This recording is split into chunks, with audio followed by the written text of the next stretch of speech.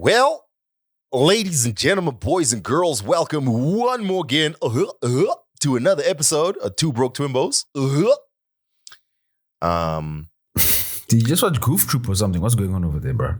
No, I did come across a funny TikTok of the concept of the TikTok was speaking like Disney characters in like very intense situations. It's like getting mugged, injured in an accident, that kind of thing. So yeah, the voice is kind of stuck in my head. Oh, gee, Mickey, I think I lost a leg. Just a quick one. Dan, do I look like I've got like a Samsung filter? I'm not sure. Like I'm looking at my video. I look like I've got a filter on, and I'm trying to turn it off. I feel like remember that video from the pandemic of the guys in court, and he turns out into a cat, and he's like, "I'm not a cat. I'm not a cat," and he's trying to. You absolutely look. You know that Snapchat filter back in the day, which just I'm looking at myself like my skin is this smooth. Like I know it's smooth, but it ain't this smooth. Look at you, Phil. These things don't turn on themselves. Look at you pretending like these things don't switch themselves on. No, I definitely turned it on for gigs, and I put on the whole thing, and then I disabled all of them. But one of them is refusing to turn off. You were in some meeting. You needed to look better than you look. That's all right. I get it. It's cool. I was pitching. Can you imagine? I'm having a meeting. I'm doing the hardest pitch ever. People looking like, yo, why has my man's got the beauty filter on though? Like, I was supposed to trust this dude right now. Is this who we've placed our faith in? Nah, man. All right, you see, I'm over here trying to experiment with filters like I have silicone here. No. Yeah, I can't. It's freezing. Like it's not letting me turn anything off. Anyway, it's fine, Dan. You just have to enjoy my beautiful face. It's become more beautiful. It's fine. I wasn't really looking at it. You see, it's trying to add a rose blush on the mic, thinking that that's your cheek. Yeah. Anyway.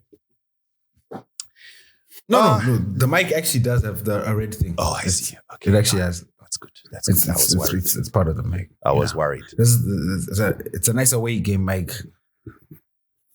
So I surprisingly good for the cost. In the throes of some intense infection that hit me, some combination of heat stroke. Yes, I know that sounds crazy in winter, but I was in the sun for too long, for 3 days.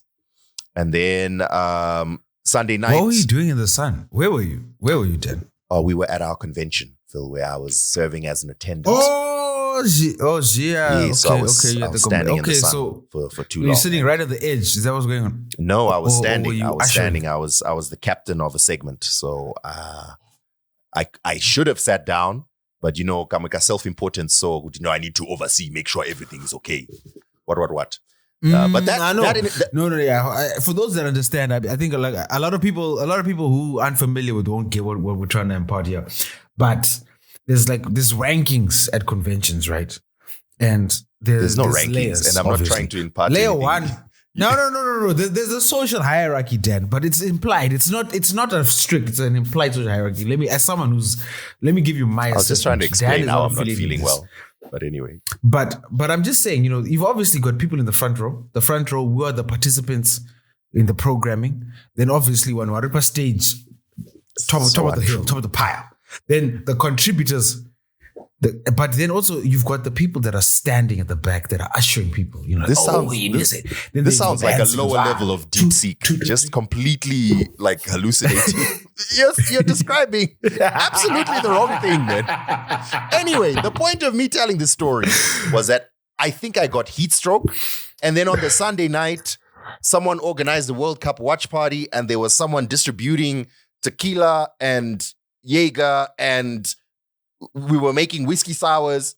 Again, I don't think I drank that much, but I think it was just a combination of that, and I think I ate something and just a combination of a bunch of things. And Monday, I was a dead man. I could not leave. I could not move. I had 2 meetings scheduled for Monday. Could not attend. It was just bad. Tuesday was the beginning of recovery. now I'm still somewhat recovering. I'm in a, basically the point of this introduction was just to say that I'm not feeling very well, guys. So please bear with me. However, the show will go on and we are here to deliver some information that I know you need. We are like, have you heard of Cabinet Carl, Phil? This is my next favorite thing to do on the Enlighten me. Yeah.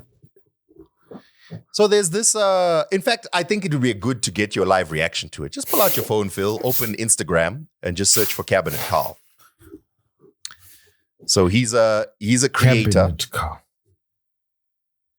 And he basically rates people's food that they bring to like the potluck, the barbecue, the office, whatever it is, right? So people say, my name is da-da-da-da. And I brought whatever. It says walking into an Atlanta bakery.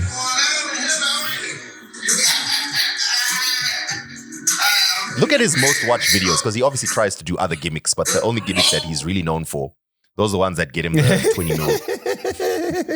Wait, how do I filter my most watched on Instagram? No, just scroll in and just scroll and see any ones that are like that are in the millions. Okay, there's one where a pinned one with 800,000 views. No, I'm sure that's just an explanation of something. Because I feel like y'all need to know why my name He's is over here trying to do other. You know, I hate it when creators try to diversify. Bro, we followed you for something. You see? Yo, Dan, you're terrible at this. Okay, okay. What type of video am I looking for? So, for listeners, while Phil goes through this, Cabinet Carl is no. Which video am I looking for? Just okay. Do you know what? I'll send you one. I'm just gonna send you a random one. Field chart. There we go. So, Cabinet Carl is a black man in America who is rating people's food that they bring to public events. So he finds social media videos of people who are saying, my name is whatever, and I brought this to whatever. And he rates their food by reacting with a bunch of serving, like the chafing dishes. What are they? Like serving dishes. He either throws them off the table or he brings them onto the table, depending on whether he likes them or not.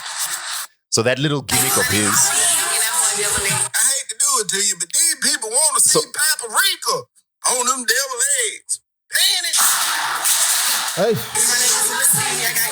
Devil eggs, more like the devil is a lie. You ain't got yourself nothing. Panic.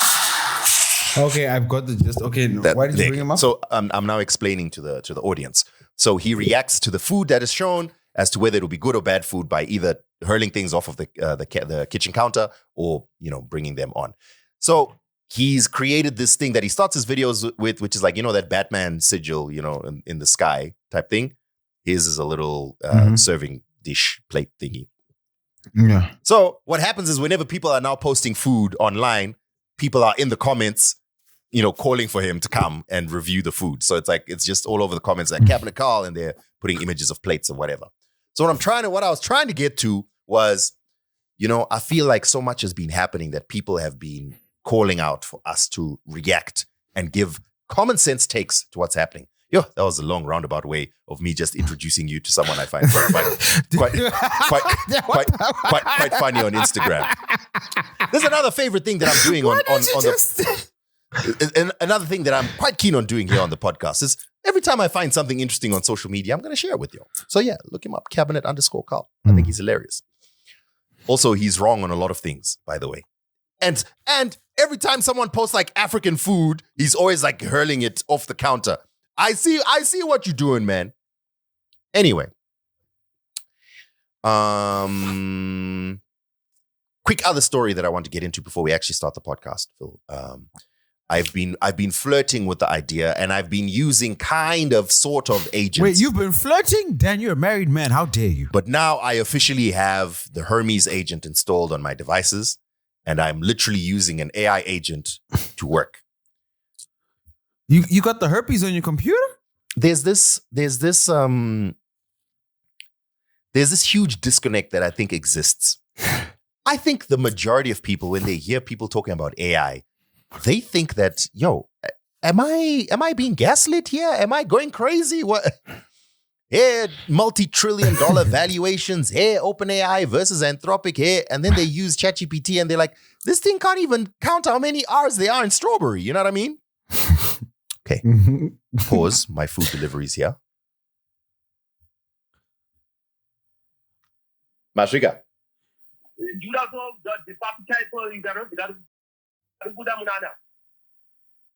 I'm not mepe here.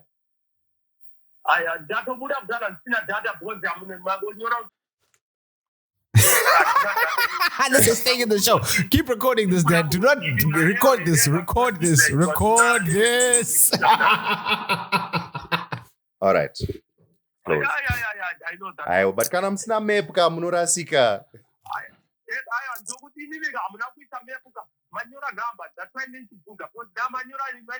All right.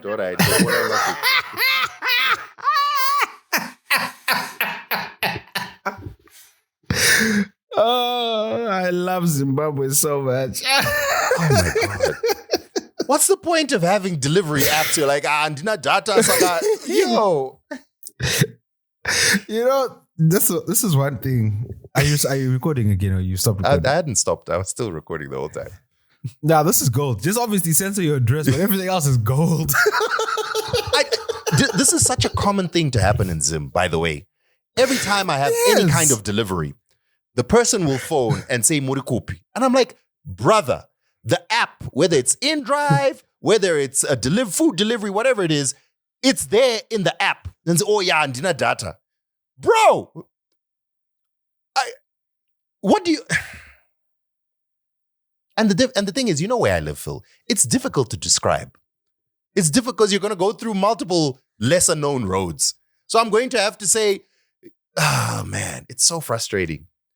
As a Zimbabwe guy, we are just, it's unfortunate, it's a cultural thing. We have no interest in excellence. Zero interest as a nation as a whole. Because we've been told. No one is interested in, I want to make sure it's going to be done right. And man. Anyway, what was I explaining? Yes, I was explaining my because there's no reward for doing things right. There's no reward for doing it right. That's the thing. So, Phil, let me continue in my story here, right? So I'm trying to explain that there seems to be this huge disconnect. I think for like 95% of the planet, I swear they probably think that, yo, you guys are on some kind of drugs. Because that same ChatGPT that told me that there's 2 R's in strawberry, or that you can't tell me that the whole world is going crazy over that. Yes, I'm sure there's some useful things because now I can ask, where can I do, sure, I can ask a couple of things, but I feel like the world's going crazy, right? I'm sure a lot of people feel that way. And I realized that the real issue here is coding. That's the big issue here. These AI tools work so well in a structured environment such as a coding language. So the fact that you're able to build features, you're able to review coding and so on, just using natural language. In other words, I want my app to be able to rate users of my apps. I want them to have 0 to 5-star rating, build that feature into my app. And you can use AI to do it. Whereas previously, it would take weeks maybe for a highly capable, highly skilled coder, software developer to be able to build that feature into your app. Of course, someone who is a coder, software developer will be able to use these to even greater heights and so on. So I think that's the probably the biggest. That's why like Anthropic and OpenAI are basically valued at the same amount because of Codex and Claude Code, and less because of ChatGPT and Claude. That having been said, yeah, also because the paying customers are the ones that use those features. Yes, by far all you people are using ChatGPT for free.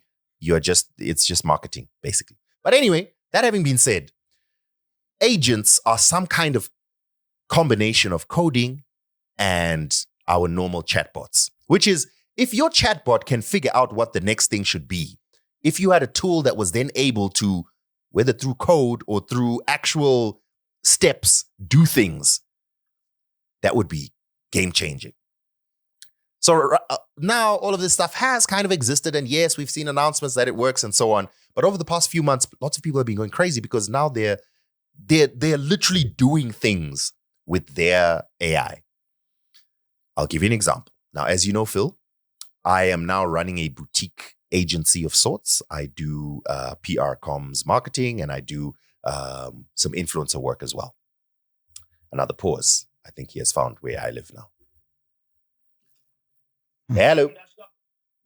All right. I'll be right back. I'm going to collect my food. I'm back. What was I saying? Yes, I was explaining. You're saying you're poopy head. I am running a small business on my own. I don't have any employees. Yes, sure, I may get some contractors here and there, but in general, it's just me. So I'm trying to keep on top of everything. Every client or potential client that I speak to, what our correspondence is, what I'm supposed to be working on, et cetera, et cetera. So I use Notion for that. Notion is great, by the way. Notion is more than just a note-taking app. But anyway, so I've built my database within Notion. So now that I've connected Hermes, by the way, Claude is too expensive. You know, all these major AI tools now, for whenever you use an agent, they've all switched to API pricing. So per token pricing. So you can't use your existing subscriptions for them.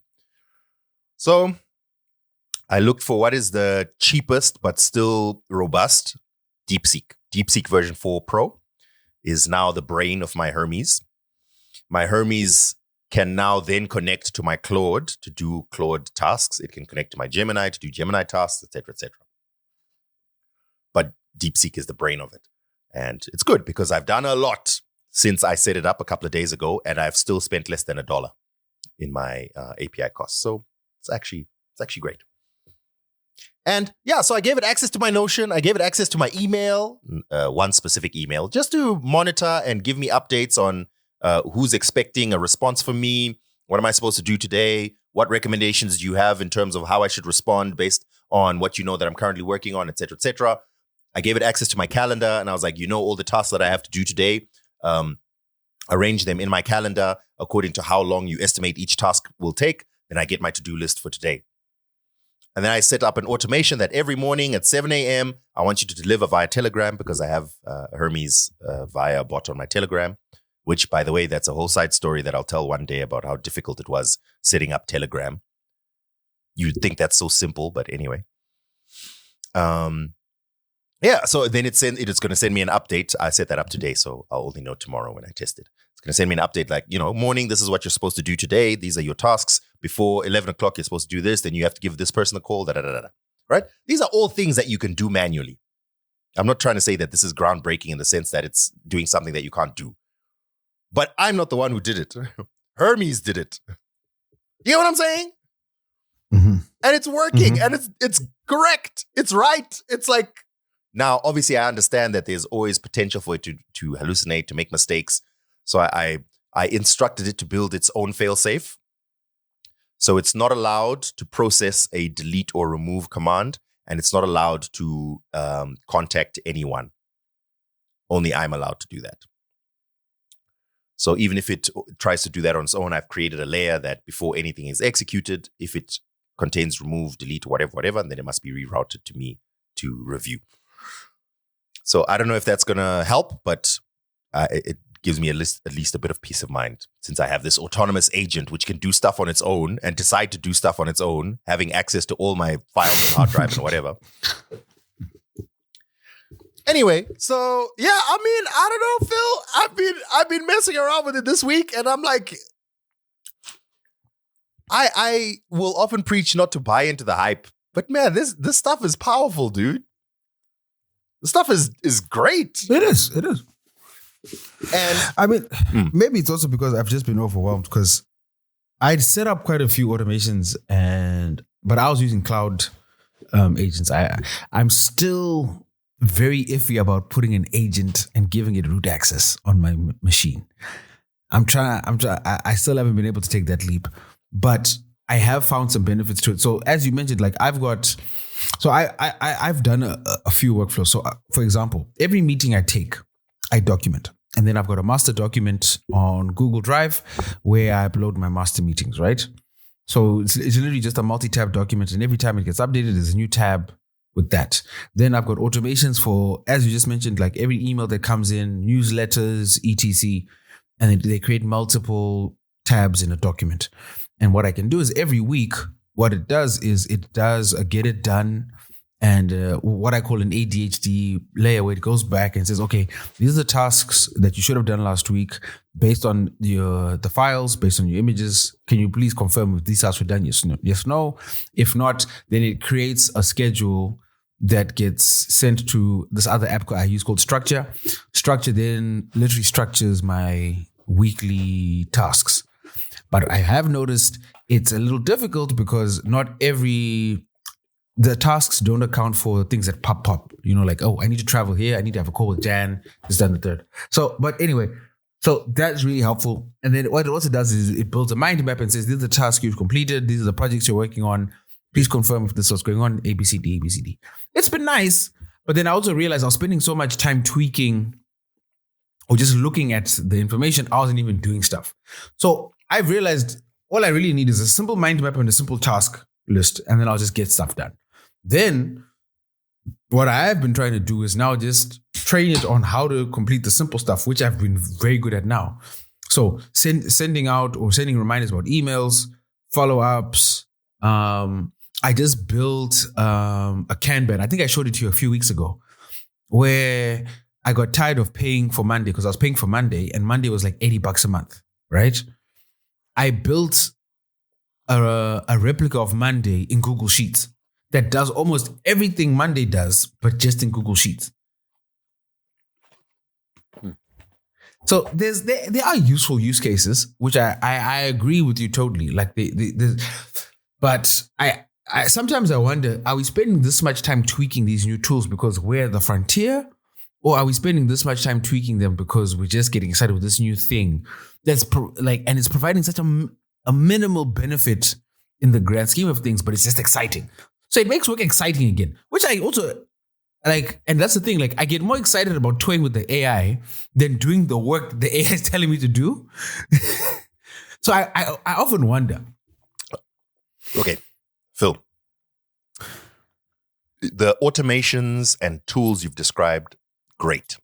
And I agree with you. Like I've also experimented with a few, but I also, came across sort of the same problem that you're having, that maybe I'm spending more time on optimizing rather than actually doing the work and da-da-da. What you've described are things that you did.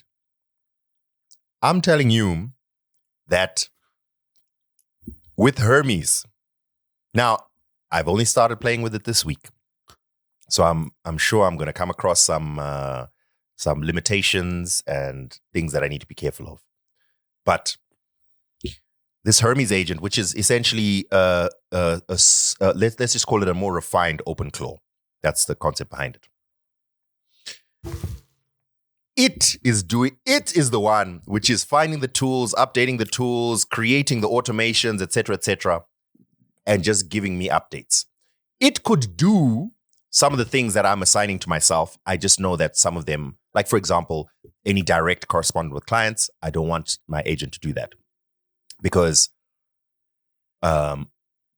you're going to have, first of all, generic AI speak. Two, I'm providing the service here, so I need to be able to know what we're doing here. But you're describing optimizations. That's not what I'm talking about. I'm talking about a literal assistant. That's literally what it is. But let me not get to it. I just started playing with it this week. I'm still in excitement mode. I'm sure by next week I'll be like, okay, I was getting super excited, but there's some things here that, you can't quite do. But even just what it can do, dude, I genuinely feel like I've hired a really capable assistant. Like it really feels like that. And I'm giving it instructions. Like I'm saying, okay, this is what I need to have done tomorrow. Prepare all the files that I need. What are the it's like, it's difficult to explain until you actually use it. But anyway, that's just, it's one of the things that I've been playing with. I then compared it to Claude Cowork. So I tried to use Cowork and I used it to also sort of update my database, and it worked great as well. But Claude is obviously a lot more expensive than DeepSeek. So I was now looking at ways of optimizing. So I have my Hermes, like I mentioned, the brain of my Hermes is DeepSeek. That's how it interprets my instructions, and that's how it interprets whatever input it receives into output to me. But in terms of actually executing work, you can assign it other things. So I can say, use my Claude. So by the way, I didn't do it just now before we did our show, because as you know, I've built a tool for finding news for this show. But when I was testing it, I was like, open Claude. Go into my Claude and use Claude to run the tool that is created for finding news and to create the document that we need. And it went and it did all the steps. Step 1, step 2, step 3, step 4. Here's the document. You know what I mean? Anyway, it's kind of mind-blowing just how powerful some of these things are. We haven't even started this show. You know that. Good to go. Good to busy go. Busy bowing to our AI overlords. Good to go. Sound a big thing now. Get mad now. Hey. Get mad now. Get mad now.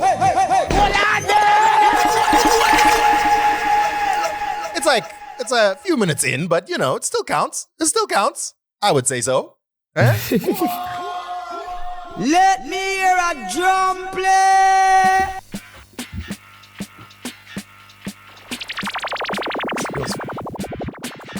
There we go. Let me start that again. I'm gonna start that again. Hey.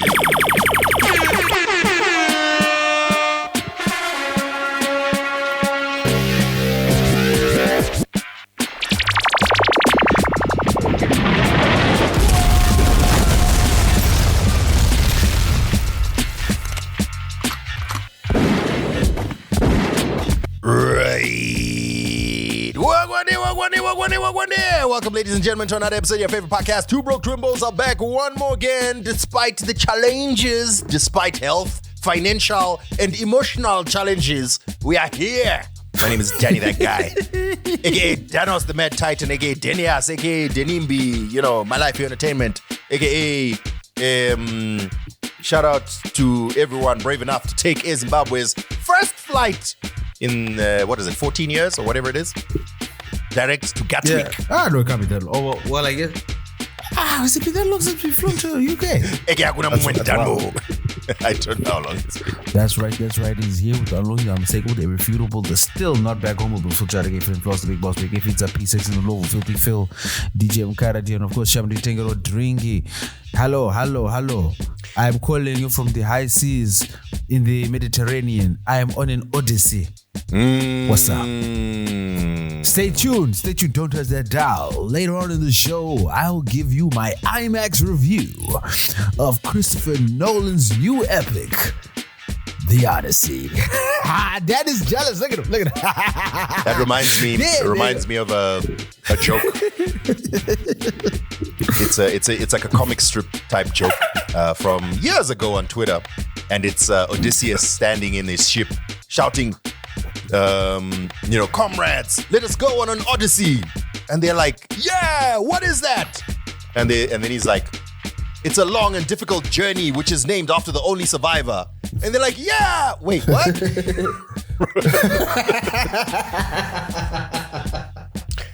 Let's start by celebrating Zimbabweans and Africans doing big things. Coming through from the news this week, a Harare marimba ensemble called Tambo has just completed a 2-week South African tour built around the 52nd National Arts Festival in Makhanda. This was in which news publication was it? I should have written it down. Either ZBC or Herald, one of the two. Anyway, yeah. So it was a congratulatory and celebratory article that was celebrating this marimba ensemble as the biggest marimba ensemble to be going out and doing big things outside of Zim. So shout out to Tambo Marimba Ensemble that went and did a tour in South Africa, even in such fraught times. Also want to give a shout out to Skanda Raza. I was thinking, we didn't do South Africans because as much as things are tense in parts of South Africa, there are other parts of South Africa where people are like, really? That's going on? Wow. Didn't know. Also very true. Oh, interesting. Yep. Anyway, it's like I don't get how far? Anyway. I was just about to shout out to Skanda Raza, 40 years old, who on the 19th of July this past week played in the third T20 match against Bangladesh at Queen Sports Club in Bulawayo. It was his 314th international match, which officially made him Zimbabwe's most capped international cricketer of all time, surpassing Hamilton Masakadza. So congratulations to Sikandar Raza. I believe the cricket is ongoing. In fact, there was a match today, but I mean, I don't know what the run rates are and where we are and so on. But shout out to Sikandar Raza for reaching that. I did see we'd lost a few games against Bangladesh, and I was like, yeesh. So like Zimbabwean cricket is kind of like the weather in Cape Town. I never know where we're headed, because there are times I thought we were doing well, and now I see we're getting wide by Bangladesh, and I always thought Bangladesh were like the whipping boys. No, dude, Bangladesh are a good cricketing side, man. Well, okay. Anyway, we're also playing India this week, so I think we're playing Bangladesh and India in guaranteed wins. Especially, let's go to Polymarket. Well, in India won today, so they won today by 7 wickets. So that was being very sarcastic. But I was also cracking an inside joke as to the prevalence of gambling in Indian cricket, but I have no comment on such. Zimbabwe made 125 for 7 and India chased 126 for 3 inside 13.2 overs. I guess. Anyway. All right. Following up from last week, Phil, I think, we had some heavy conversations and there was some good feedback, but I don't think there's too much to follow up on. Sometimes I think we can close. Sorry. Yeah, I did see our contact form had an error. So some people were trying to submit emails. I don't know if you saw. And then one email got through, which I forwarded to you, which I found hilarious. It was like... yeah, so you're basically prompt injecting my inbox. No. I don't know. So I don't know if this person listens to the podcast. So I'm not going to mention their name. But I found it hilarious. So what this person did is they wrote a book. But it looks like it may have been a book written by AI. And then what they did is they built a website for said book. I don't know if you saw this, Dad, because I had a good laugh. Go look at you. So they built a website for said book. And then at the bottom of website, you see their photo and you see the thing. I was like, okay, cool, interesting, dope. Then what they did is they sent an email from not their primary email, but an email that still had their surname. Right? And then they said, Zimbabweans doing it big, linked website. And it wasn't even like a pitch, like, hey guys, my name is so-and-so. I just read this book. I wanted to know if possibly you could consider me for Zimbabweans doing it big. It was like a matter of fact thing, like, you guys, why are you not on this Zimbabwean doing it big? Oh, by the way, that Zimbabwean is me. We don't know that for sure. Maybe it was a twin brother. Or it could have been Sazita. All right. So we had a mini debate before recording on whether we should even talk about this. But I explained to Phil, as a podcast, the preeminent podcast that discusses music and pop culture in Zimbabwe, we can't slide over this one. Let's at least mention it without maybe dwelling too much on it. But this week, the biggest news in Zimbabwean music was the arrest of Zimbabwe's hip-hop phenom. Feli Nandi got arrested for that dance. No, man. Why did they get Feli, dog? She get crazy. An award for that dance. That's what she should get. Okay, wait. I hate to distract us, but also, I just want to lighten the mood a little. Sorry, and I really want to talk about the story. But people didn't know Feli. People didn't know Feli was built like that. Like that's the part that was shocking me. I was like, have you all not seen like Feli wears like a halter top and a skirt on stage? Y'all and like have you all not been paying attention? Because now I feel weird for noticing things that people didn't seem to notice. You know what I'm saying, Dad? I get what I'm saying. It is a little weird, Phil, because Feli is like our wholesome, motherly figure in the country type vibes. So we need to stop doing that to women. But do people listen to Feli's music? Have they seen her moves on stage? Please. No, that's how she positions herself. Actually. And also, to become a mother, what do you need to do? I understand. Like, for you to become a mother, what needs to happen? No, I'm just being silly, but Fairly Nandi is a beautiful woman who clearly takes care of herself. Gorgeous. And every now and again, she'll remind people. And people will be like, But anyway, coming back to what we're actually talking about. And also just to say, Fairly Nandi, consummate professional. Love her to death. Top professional. Every time we've worked with her. Top professional. Like when we talk about artists that deserve everything that they get, Fairly's number one on the list. Hard worker, about her paper, about delivering quality performances all the time. That's straight up. We're not even being facetious. Love you, Fairly. Love you, Connie. Anyway, Dan, back to the story. Yeah. Take 4. Holy 10, one of Zimbabwe's Dan, most prominent hip-hop artists. Yo, Dan, like there's this new flavor of custard, right?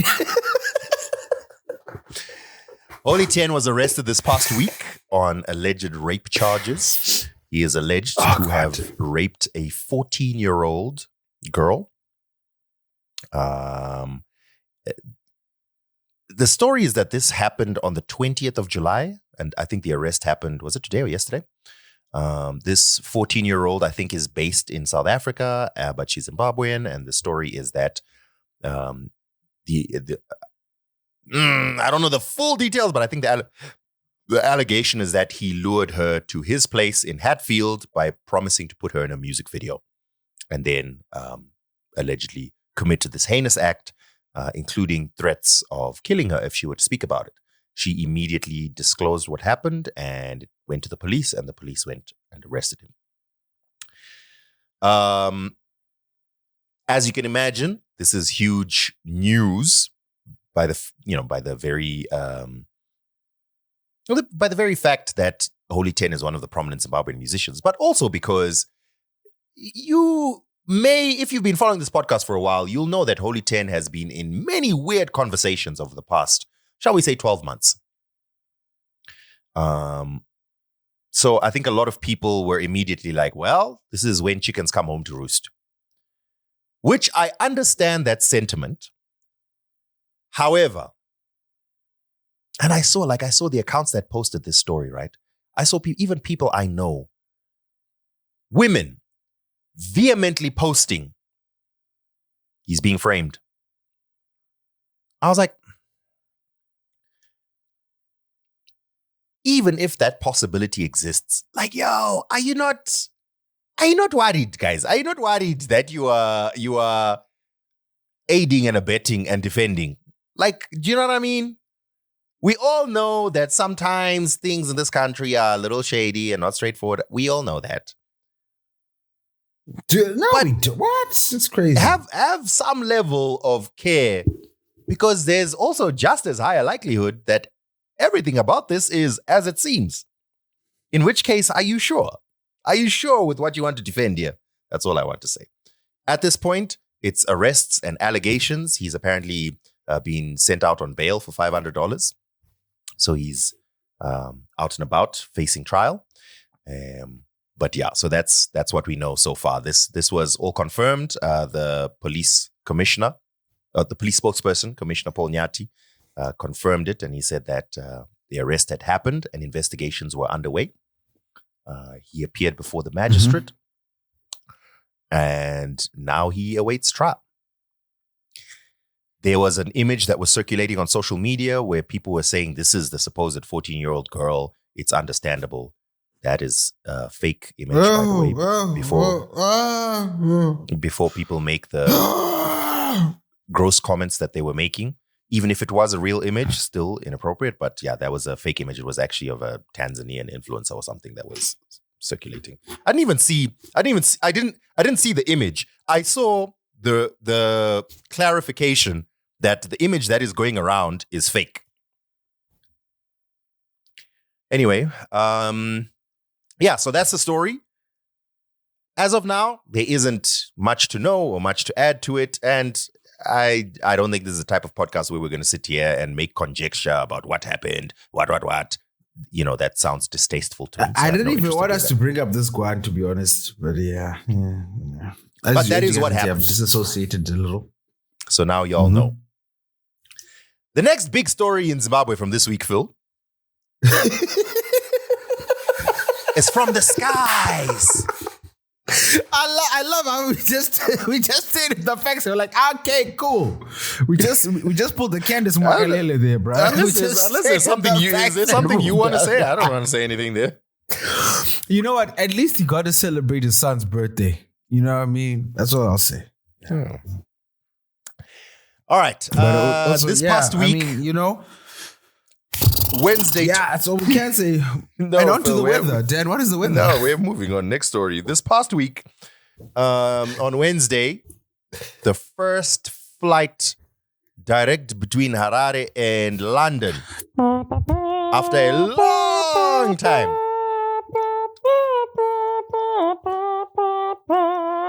Resumed. I was giving you some background. No, it's distracting. Patriotism.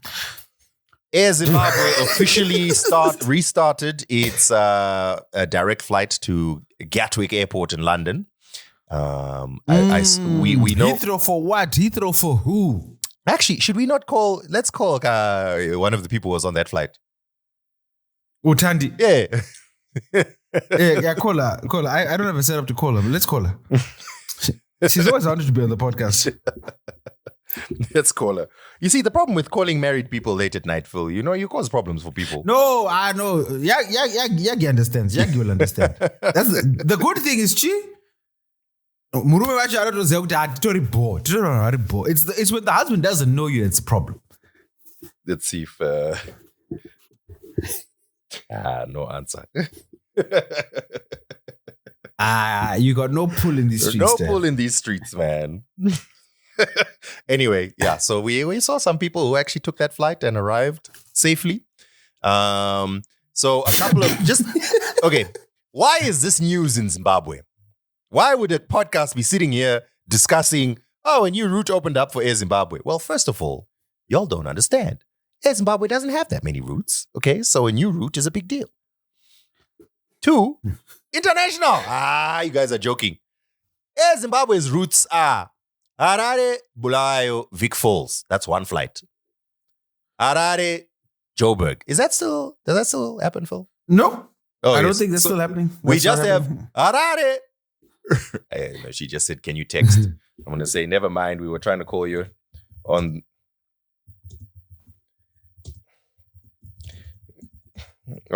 the podcast to ask about the flight. There we go. At least she texted back. I've got some pull. That is obviously a former beauty queen, Thandi. Yeah. Celebrity in her own right. Celebrity in her own right. Yeah, so first of all, it is one of the few flights that we have as Air Zimbabwe, but also too, there's an interesting sort of business arrangement behind it. Basically, it's something that's called a wet lease. I hate that name. Air Zimbabwe is basically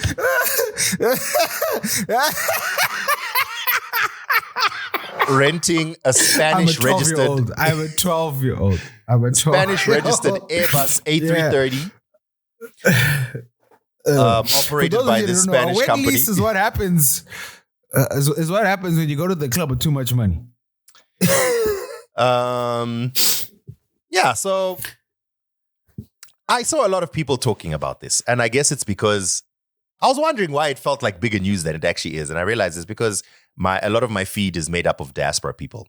And there's a lot of Zimbabweans out in the UK. So this is a big deal for them. You know what I'm saying? A direct flight. Because it's a direct flight. We don't have a direct flight. Yeah. And it's literally a couple hours. Like you could leave work on Monday night. Tuesday morning, you're at the London offices. Yes. The promotional price is $900 return. Hey man, that sounds good. I don't know. It sounds pretty good. But this is what I want to ask you, Philip. So there are two camps, and I think both of them have some merit to what they're saying. One side says, look, we know that we have our problems, Senika. However, this is cool, and it's something to celebrate, and it's something that will be useful for many people, especially those who have regular trips to the UK. So let's just celebrate it and enjoy the fact that it's there. Then there's the other camp who strongly feel, no, this is a bare minimum thing that should have existed. The fact that we are celebrating this is an indication of the mediocrity that we have accepted as the norm. There we go. Tandi's calling back. Oh, wow. Pool in these streets. Hey, Tandi. Wait, hold on. Let me connect you. Hey, how are you? How is the UK air? I mean, it's amazing. I'm very late. And so I'm in an Uber and yeah, but we can talk. Wow, an Uber. Hello, Tandi. How are you? It is me. Wait. Let me. Do you recognize my voice? The event started at 6 and it's 8 o'clock. Okay, wait, Tandi. I need to connect you. I'm connecting you to I'm trying to connect you to my little device here, Tandi, so you can be part of the podcast. Just give me 1 second, okay? Okay, cool. It's my fault because I should have done this before I tried to call you and I did not. And that's poor on my part. There we go. We're connected now. Can you hear me loud and clear, Tandi? Yeah, I can hear you. Excellent. Philip, can you hear Hello, Tandi? Tandi. How are you? I'm good. How are you?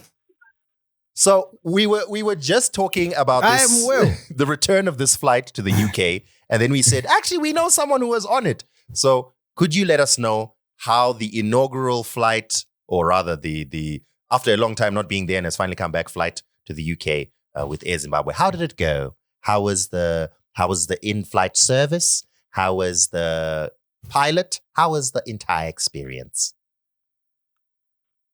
Okay, so I'm sure you know it's a wet lease. So wet lease means that the crew, that's the pilot, the flight attendant, everyone is from Ultra plus Ultra. I think that's the name of the company. Mm-hmm. So Air Zim is leasing the plane and the crew and everyone else. So the crew was all Spanish, which was really nice though, because they were throwing in little Shona words. Like at one point you said Tatenda and Mangwanani and stuff like that. It was cute. They're very professional.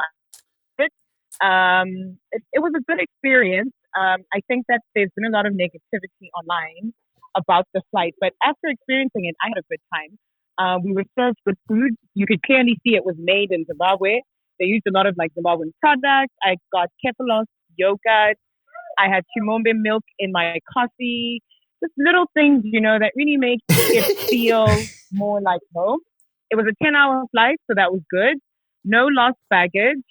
You check in at like 7 or 8. You're on the flight by like 10:40, and we arrived early morning, like by I think it was like 8:40. So it was a good flight. I have no complaints. I flew business. Hey, I got the same feedback. I'm trying in this life. I'm trying. But I mean, look, same feedback from people in economy as well. It was a good flight. Maybe specific. So people were complaining about no screens, right? But they have in-flight entertainment through like an intranet thing. Mm-hmm. So you connect to it, and then when you connect to it, you can use your device. You can watch movies. There's like kids stuff. I saw like Bluey and all those other things that my kids watch. Were they no also in Wi-Fi business though, class, or did you leave your kids in economy? I didn't go with them. They're at school. Oh, okay. They're school. All right. They're school. This is my work trip. This isn't for fun. Got you. But got I will you, be. got you. I will take them on Was it full? the holidays. I'm sorry? Was it full? Was the flight full? No.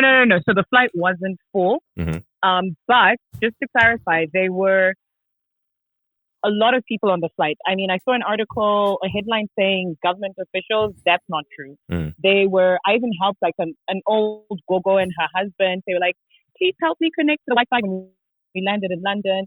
And then I asked them, I was like, where are you guys going? They're like, oh, we're coming to visit our kids. When they heard Air Zim is back, they booked up on the flight. And this is easier for us. We don't get lost in the airport. You know the whole thing. If you're sending your older parents through Dubai, now you have to worry about who's going to escort them from the first flight to the next one and that sort of thing. So they were happy. They were on one flight. Someone takes them to the airport in Harare. Someone picks them up in London. So that's good. Nice.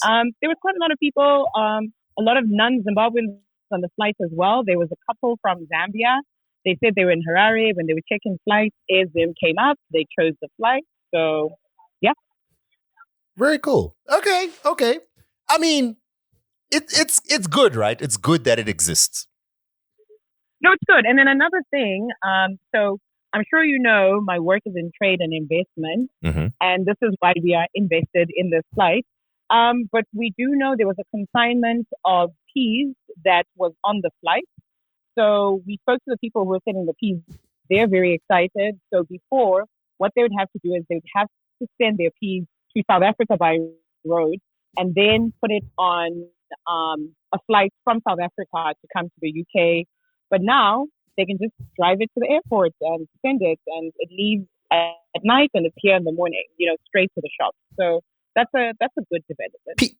Peas as in, can I get some curry goat rice and peas? Like peas? Yes, mashed okay. 2 peas and Got you. sugar snap peas. Oh, wow. They love the ones that we grow in Zimbabwe. They're quite popular here. You go into Marks and Spencer, you're getting peas from Zimbabwe. Shout out to you. You know what? Thandi doesn't even work for Air Zimbabwe, by the way, in case people are wondering. I don't. I want to clarify. I don't work for Air Zimbabwe. I am not a content creator. This is not a paid post. This is just me checking out what we can do. And like I said, this is very pivotal for the work that we do. And we see that this is a positive move, both on the people side as well as the business side. Phil, correct me if I'm wrong. Indeed. Wasn't there a time when we were sitting and we're thinking we need to get a woman on this podcast? Wasn't Thandi one of the names we considered? It definitely and you was, didn't Dan. call me. Yes, you have my number. No, Now- we did. You have my number, you didn't Tanti. We spoke about this, and then you got distracted. Then there was the You are other kind of incident. light. Don't worry. You know what I love is I know you both, you know and what? I know where to find you. You never invited me to your podcast, but it's okay. I still love you both. No, you were, we Tanti, considered you, and then we literally realized we come couldn't to the afford to studio. pay. I recorded at my house. You've literally been to the studio. This is true. No, but you know what? You actually bring me in. We can have a full-on conversation. I can tell you some more exciting things that are happening between the UK and Zimbabwe. And yeah. Yeah, ukuona manje. Now Actually, yakuenda kutrade what was the investment. reminder? Tanti, you just reminded me. There's a conversation I've been having. I'll hit you up on WhatsApp. Panish Ritika, you just reminded me about something. I'll hit you up. Panama jet, legitimate jets. But I've Panama jet. arrived at my venue late as I am, so I gotta go. Love you and leave you. Thanks, Thandi. Thanks for no. giving us your experience. Represent the country, make us proud, daughter of the soil. I'm trying. Please say All right, hi you guys have a to good please day. say hi to all the Bye. celebrities. Bye-bye. All right, cool. Bye.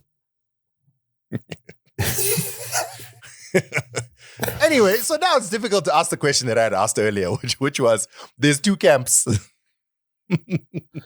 What do you think, Philip? No, everything she said, I don't. The only negative I can think of here is if this is not English has failed me. If this is not a viable business venture, i.e., if the revenue does not surpass the expenditure, if we're operating at 0 profit and no loss, I would be ecstatic.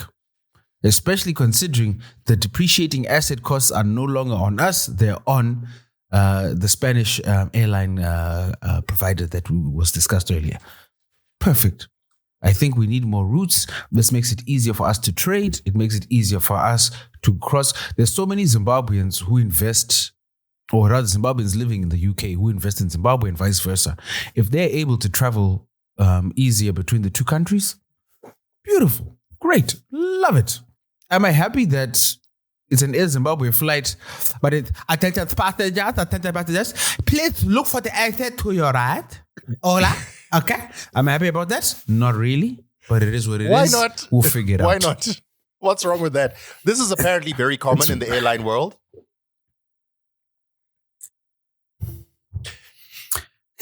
Yeah, yes and no. Yeah, I've been on a British Airways flight with the air hostesses were Cape Coloureds. You know, remember when Kwame used to operate BA? But it's still, but it's fine. So I think I get the inclination to be like, we are celebrating something that should have existed. And I agree. But the fact that it didn't and it is now existing is a good thing, no? So yes, exactly. It's like sometimes you've gotta acknowledge that yes, your father shouldn't beat you, but because he stopped and he's gone to therapy, it's a good thing, you know. Well, has he stopped though? Has he gone to therapy, or did he just buy you? No, did he just lease? He just leased a PlayStation. A wet lease on the PlayStation. That means you definitely don't own the games. Anyway, I think it's cool that this flight exists, but I also completely understand why some people are like, why are we celebrating something that should have existed? Why are you applauding a fish for swimming? I get it. But at the same time, like... Dude, do you know how many countries don't have national airlines? That's another thing people don't consider. Yeah, but, but Phil, countries? we can't compare ourselves to countries in general. We have to compare ourselves to where we would have been or could have been. Now, that having been said,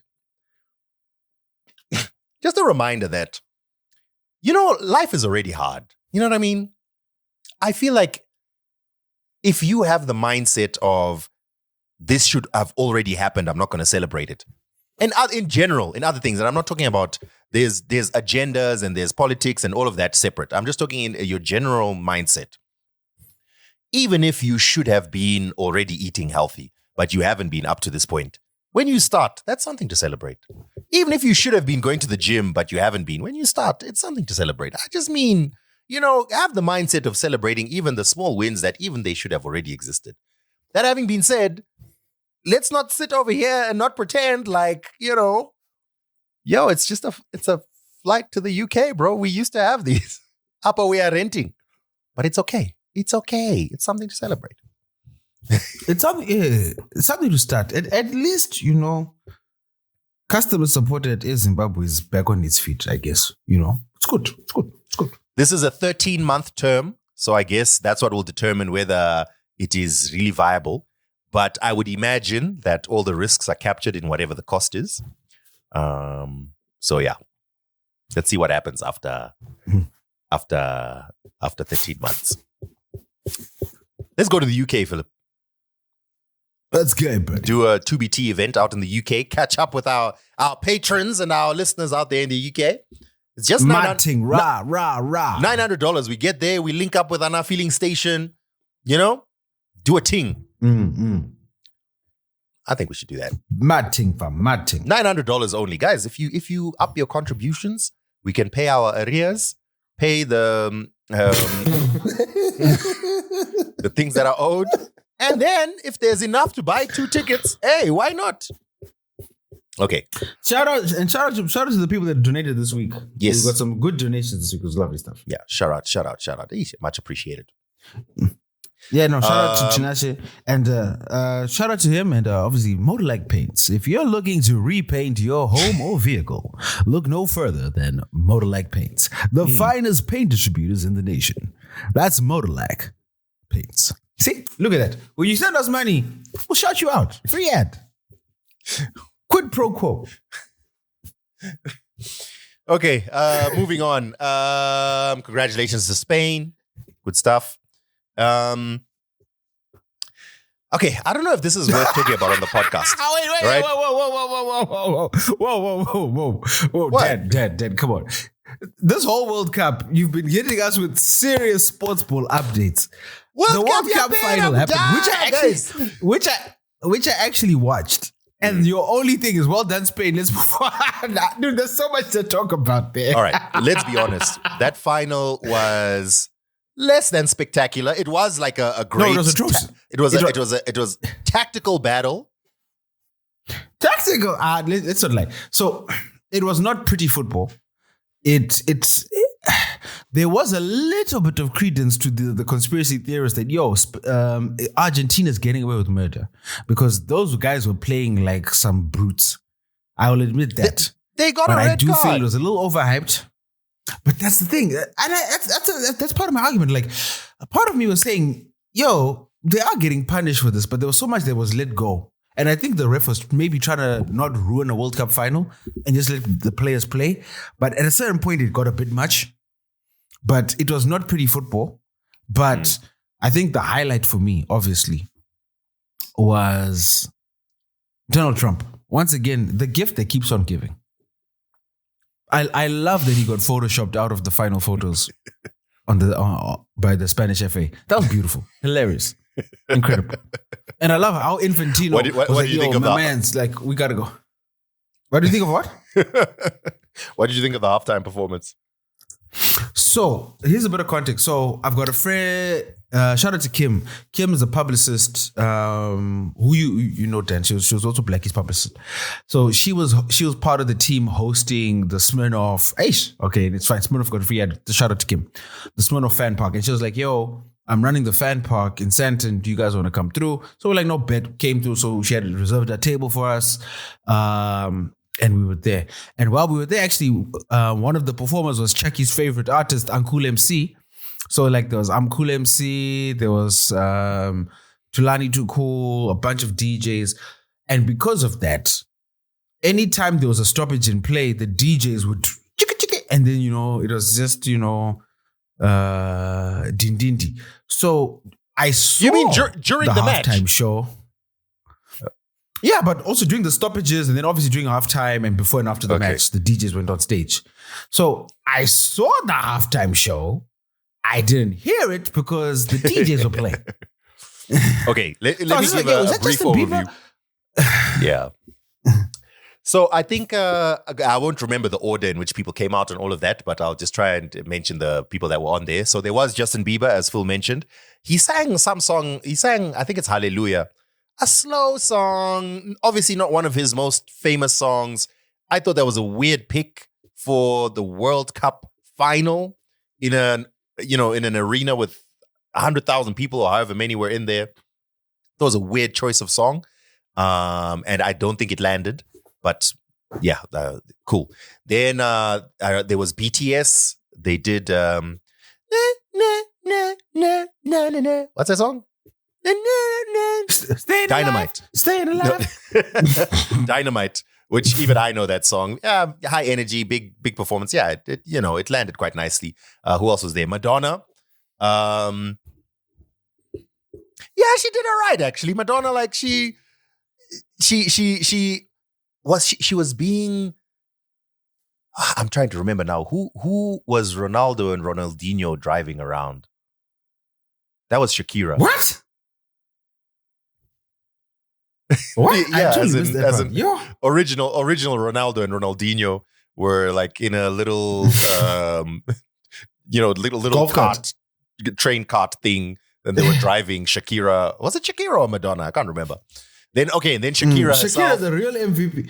I don't like Shakira. Shakira makes more money from the World Cup than anyone else. Mariah Carey has Christmas. Shakira has the World Cup. Someone needs to investigate that tender, bruh. So Shakira and Burna Boy performed their song.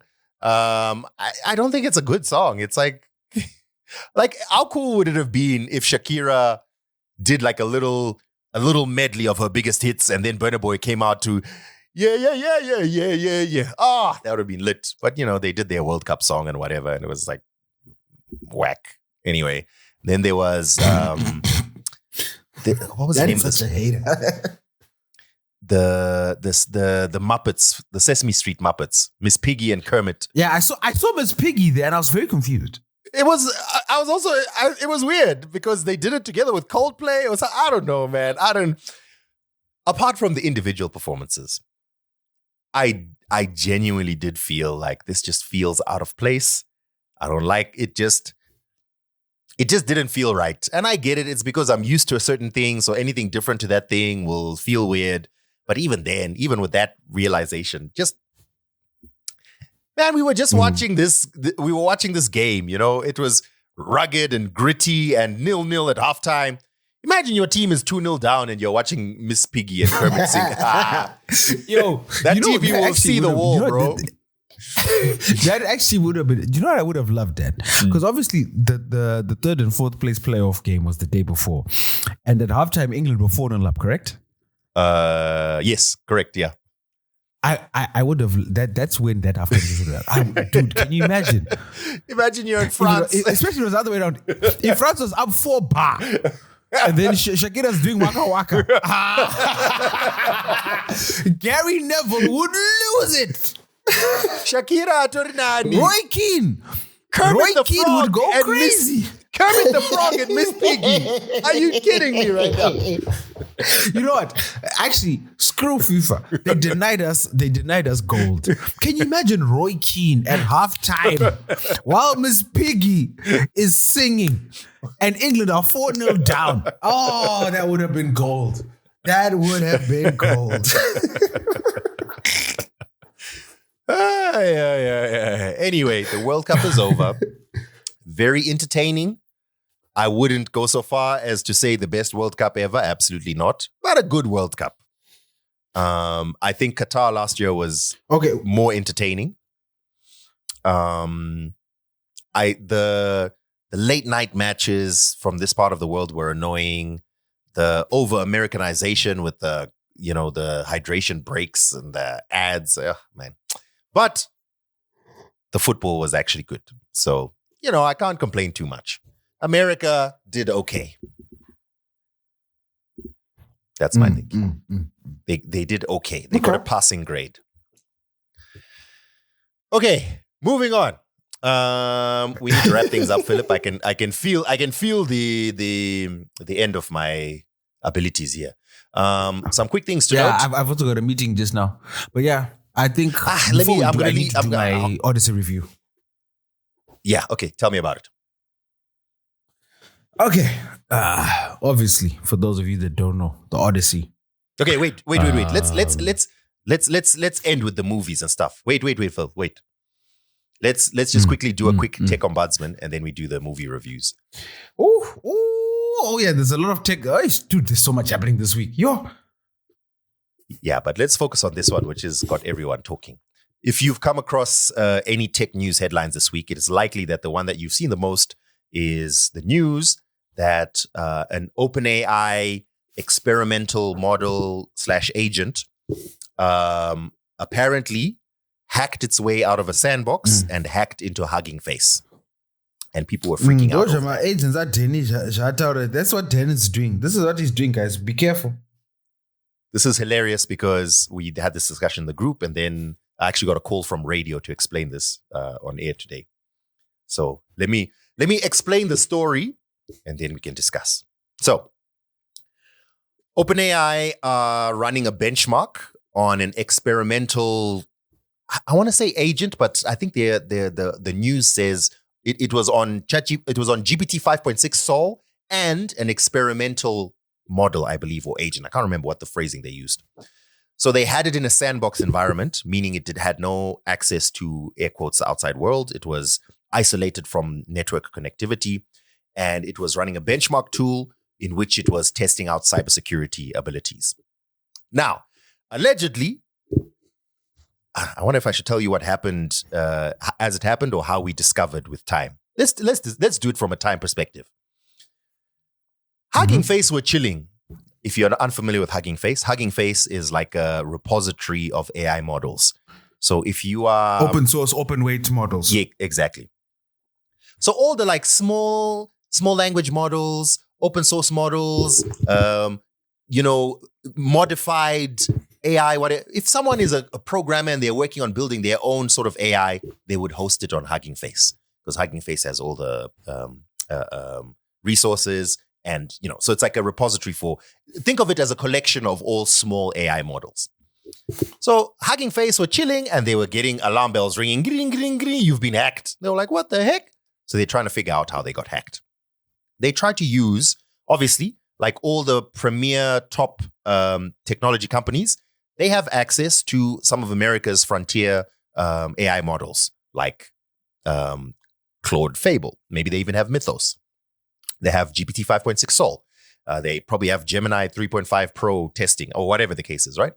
So they try to use these models to try and, first of all, halt this attack and to examine the extent of whatever hack just happened on their system. But because of the guardrails that have been put on these models, if you'll recall, we've spoken about them in past episodes of this podcast.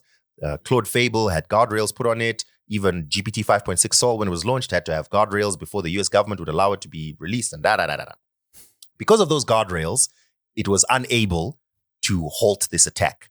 So Hugging Face had to use a Chinese model, GLM 5.2, which was it's an open weight model that they were locally hosting.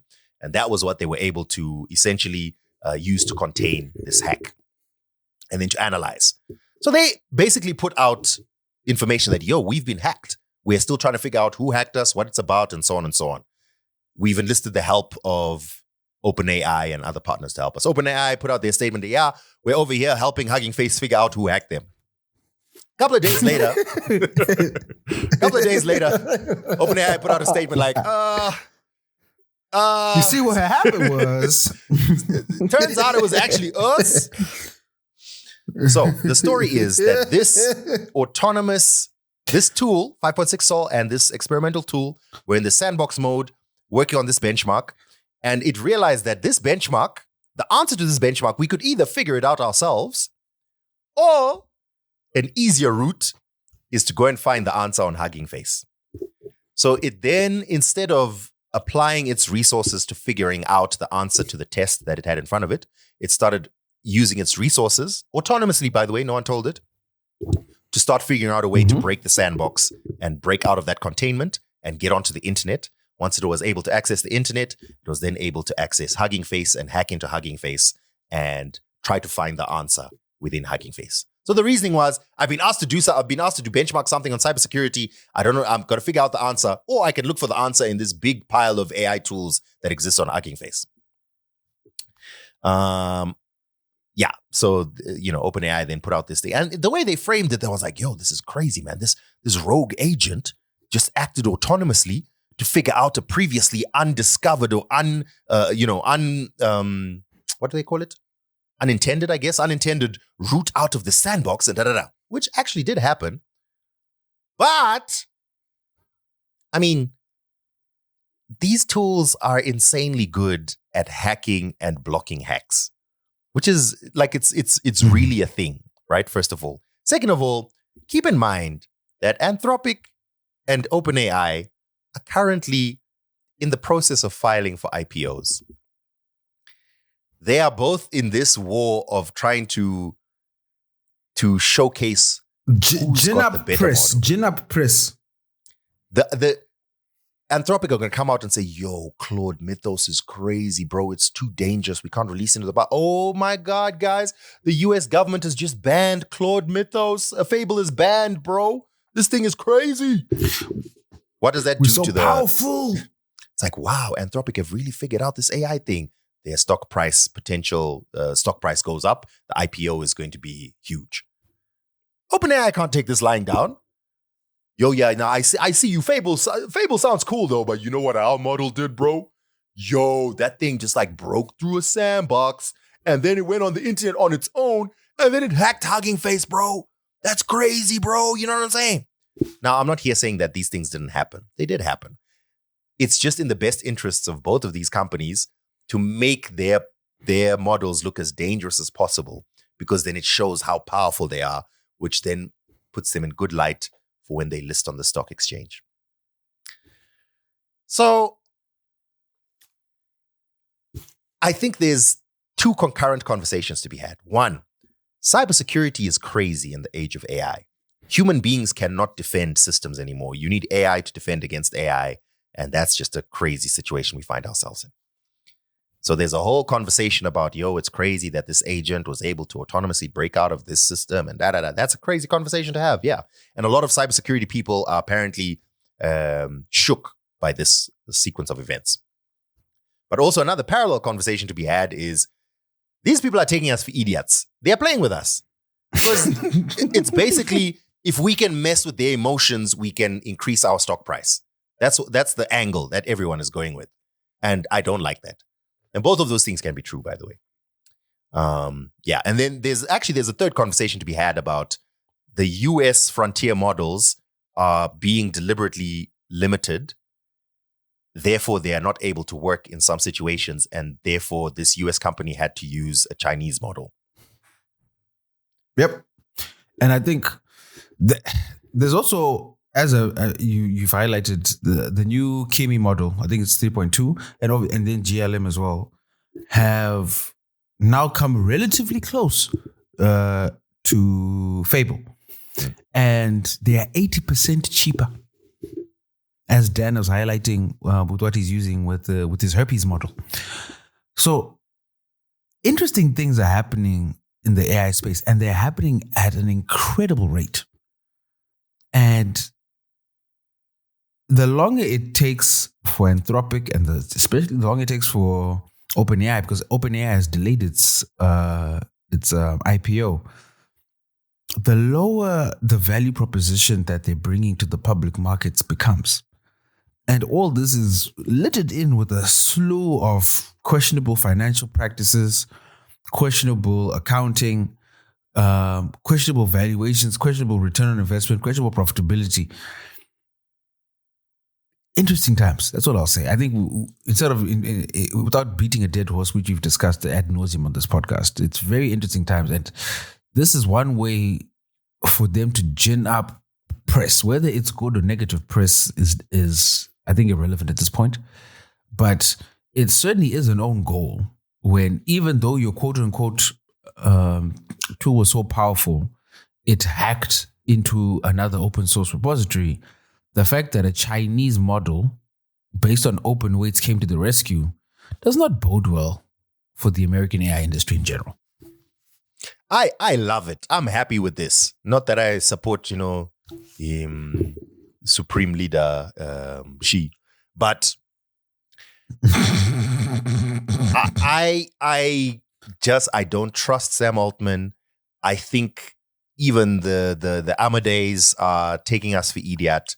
I think no one is entitled to anything. If you are going to give us a good product, you better fight it out. And if you don't give us a good product, your company is not entitled to exist. It's fine. If China is giving us a better product, and then so be it.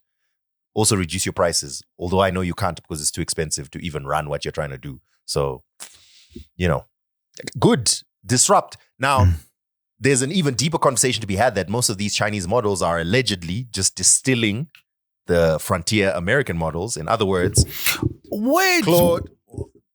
Wait, what, Dan? Let me explain what it means first. Let me explain what it means first before you make your joke about stealing from thieves. I already know what you're going to say. Okay. Of course, Dan is the most obvious layup ever. OpenAI, Anthropic, Google trained their models on the internet. DeepSeek, Kimi, ZAI allegedly trained their models on OpenAI, Anthropic, and Google. In other words, they didn't. Is it ZAI or ZAI then? I don't know. I have no. It actually stands for Gemu AI or something. So I just assume it's a abbreviation that doesn't matter too much. The GLM. So it's a sure thing because they're Genu. So yeah. So in other words, they're saying they didn't train on raw data.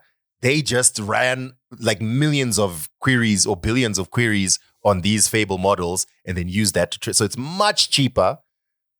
And it's not as good, but close enough. And then these guys are complaining, saying, that's not allowed. It's stealing. And I was like, okay, how did you make your models then? Legitimately? Anyway, yeah. So that was the quick take ombudsman segment, in case you're wondering what that story was. It is a very interesting story, but again, like Phil has said, it sounds like we're beating a dead horse at this point.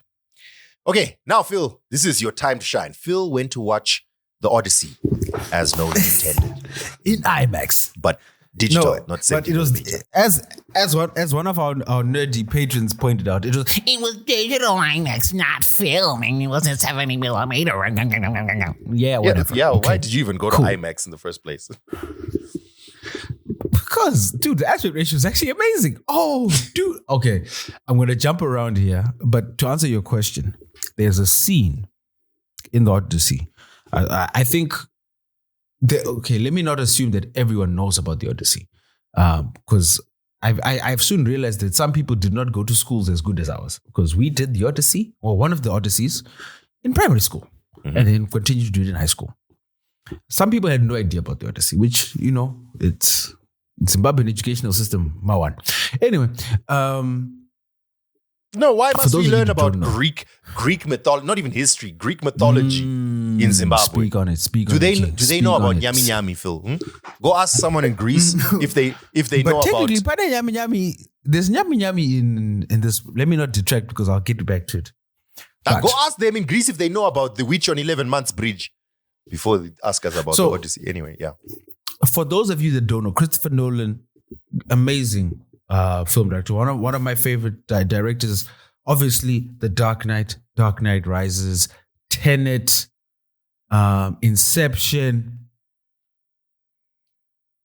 The list goes on and on. I was trying to think of the movie with my brain is off. The one he just lost one big picture for last year. The nuclear movie, dude. The guy that made the bomb. What's his name? That dude. Bomb Oppenheimer. Guy. Dan. There we go. Oppenheimer. Yeah, the diamond guy. So, he's done some incredible movies. Funny enough, I haven't watched Oppenheimer yet. So I was already I was already looking forward to this. Wait.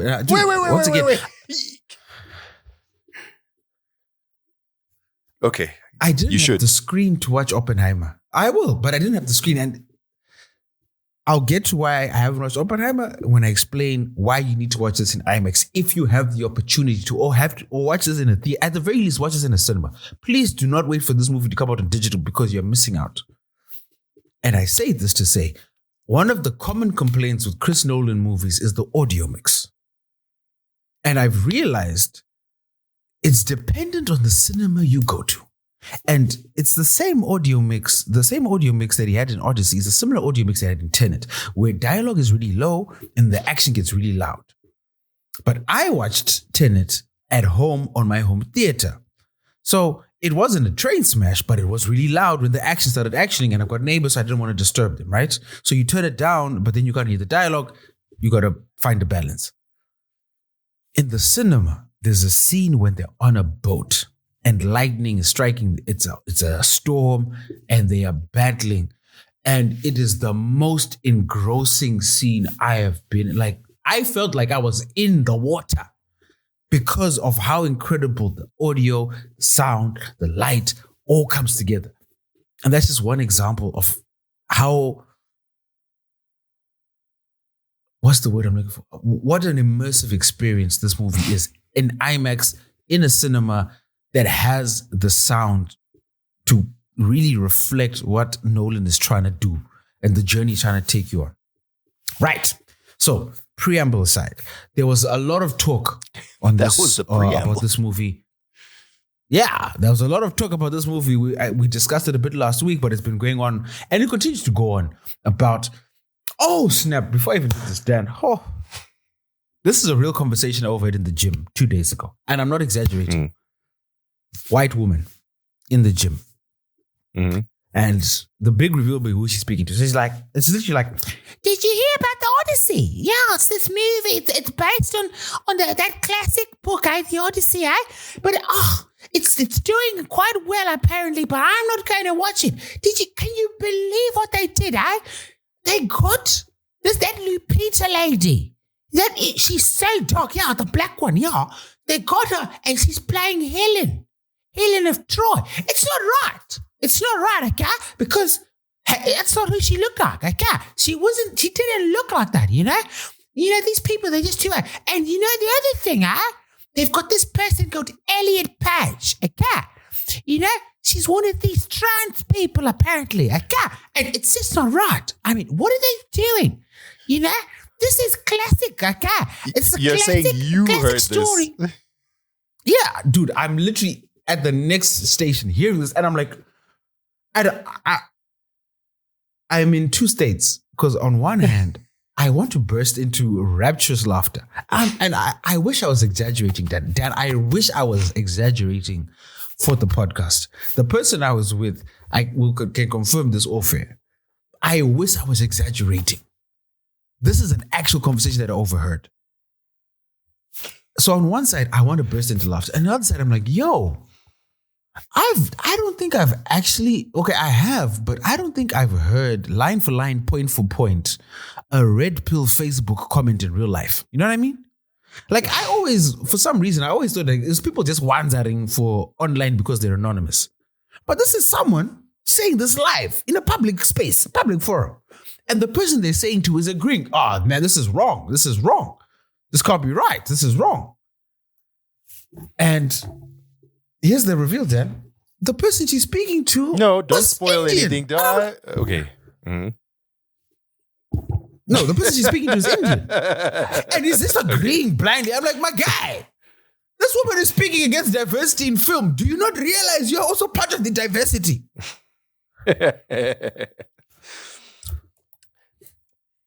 I mean, we've discussed this on this podcast before. I don't get it.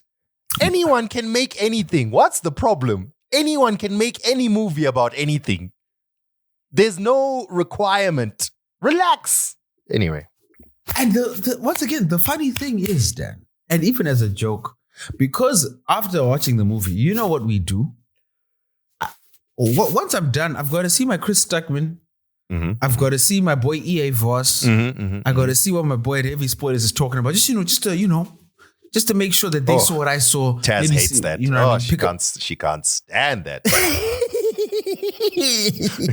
So, because I've done that now, I'm now getting recommended all things Odyssey on my algorithm. And then I come across an old TV movie of the Odyssey. And funny enough, I was just for the gigs, I started watching it. And do you know who's in it, Dan, from a movie from the 80s? Mm-hmm. A black woman named Vanessa Williams. Huh. Interesting. So like, it's almost like this outrage was made up. The other thing is, for everything that people said about Elliot Page and Lupita Nyong'o being in the movie, first and foremost, stop being horrible people. Like, why are you guys just... I don't care about Elliot Page. Can they act? If they can act, great. Act. I love it. Elliot Page and Lupita Nyong'o collectively are on screen for 20 minutes in a 3-hour movie. Much ado about nothing. All that to say. Okay, I'm sorry. Is that a spoiler? I'm sorry. A little bit. What I will say, very impactful. Very impactful. What I will say, this movie is chock full of A-list actors. And I think now you're just trying the director's cut. No, I'm going to say the director's cut for this movie, I feel, could easily surpass 4.5 hours. I feel like there's so much of this movie left on the cutting room floor just to make it palatable, because there's so much of the story, like from the Odyssey books itself, that they left out. But even all that being said, I don't see right now how Christopher Nolan doesn't walk away with another Oscar for this movie. This is incredible. 3 hours go by like that. Dude, it doesn't even feel like 3 hours. The movie is just so fast paced. The dialogue for me, it's very Chris Nolan dialogue, but it's incredible. The writing, incredible. Character development, incredible. The acting, everyone gives amazing performances. Surprisingly, one of the best performances in the movie is from The Pest, John Leguizamo, who I haven't really rated as an actor, but he does an incredible job. Oh, this movie is so good. Robert Pattinson knocks it out of the park. I genuinely think best supporting actor is going to be at least 3 to 4 actors from this movie, because they all do amazing. Amazing. Also, I also, after watching this movie and reflecting on the books, I don't ever want to hear white people talk about Zhechuanu ever again. There's a scene in this movie, as someone who has family from Chipinge and has heard some stories, there's a scene in this movie that bar for bar, flow for flow, word for word, sounds like stories I heard of things that happened in Chipinge. And I was like, you guys are no shame.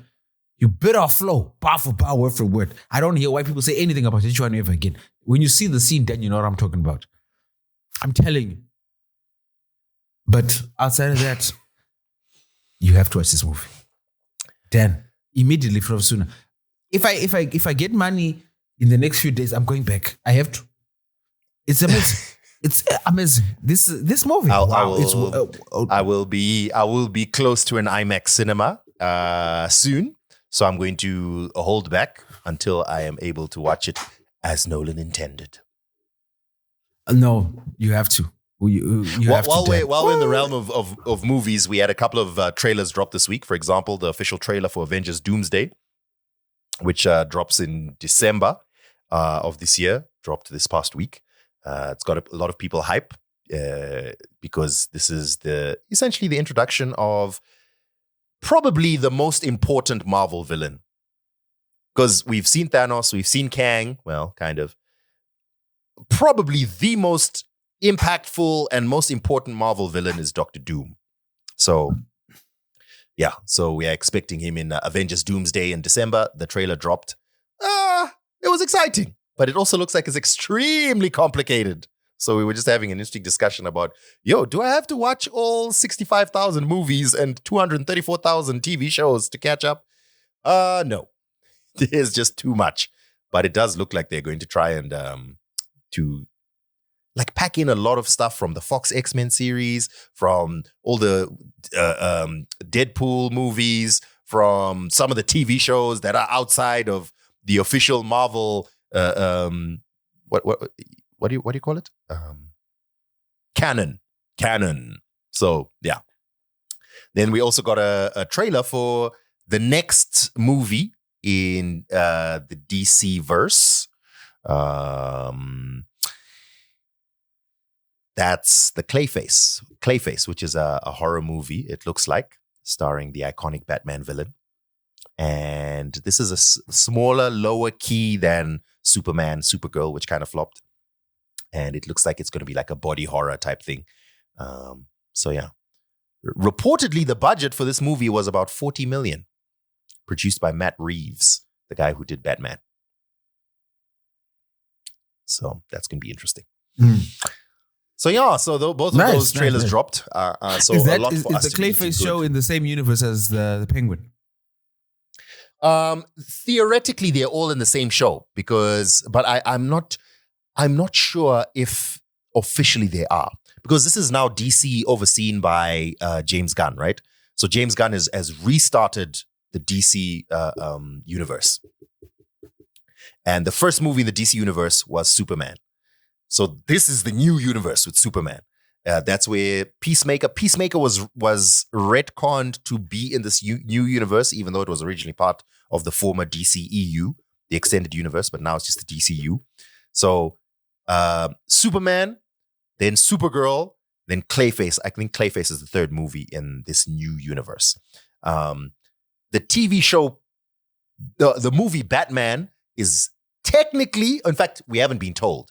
The Robert Pattinson Batman is technically a different universe. Will it be brought into this one? Probably not. James Gunn is probably going to get his own DCU Batman. Penguin is from that universe in the Robert Pattinson Batman. So it's a different universe, but it hasn't officially been said that it's not part of this universe. So it might be, but I think it's unlikely. Or at least I don't think it's officially been said. It might have been.